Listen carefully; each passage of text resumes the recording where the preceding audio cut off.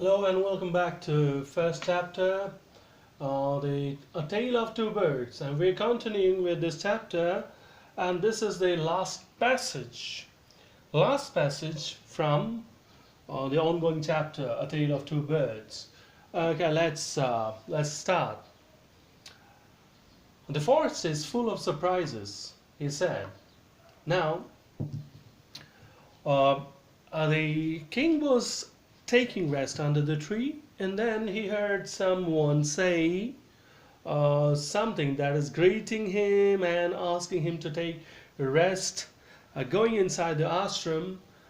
Then he looked up and found a bird, a big brown bird who looked just the same as the one he found near the cave. He looked up, he was surprised, and he just compared these two birds.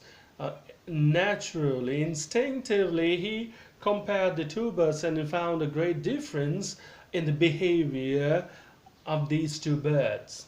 Okay, so the bird also informed that, yeah, he's his brother. He informed that he was his brother, but he was not coming to him, not talking to him. So after that, he found the rishi coming, and he entered the ashram. Before entering the ashram, as he found the king sitting under the tree, he too welcomed him, asked him to come inside the ashram and take rest. Okay, so from there we start. The forest is full of surprises. He said, the Rishi said the forest is full of surprises. It's full of surprises, a lot of interesting things you can find here. The holy man, smiled and said, "After all, one is known by the company one keeps." Okay, now, so this is said by the king. The forest is full of surprises.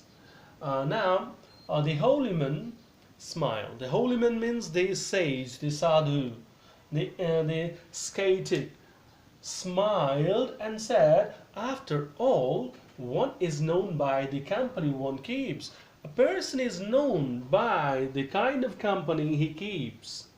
That is, if you are a good man, so you're a good man, so your identity or your behavior would be clear just by looking at the kind of friends you are having.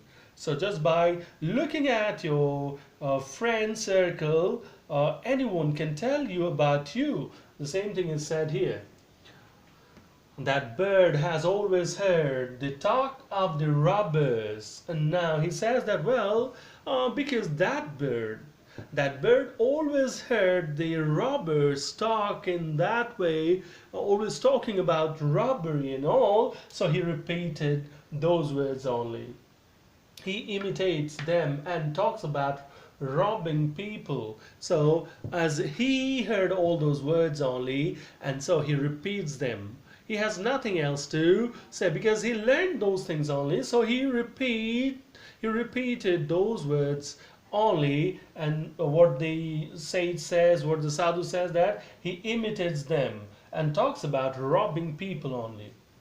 This one has repeated what he has always heard, and this very bird that is sitting in a tree near the ashram has always heard what is spoken over this ashram, and so he repeated these words only. He welcomes people to the ashram. "Now come inside and rest." Now he said that, well, he welcomes people as I welcome people, and he heard me say these words, these things, and so he too welcomed people. Whenever he found someone coming to the ashram, he welcomed him.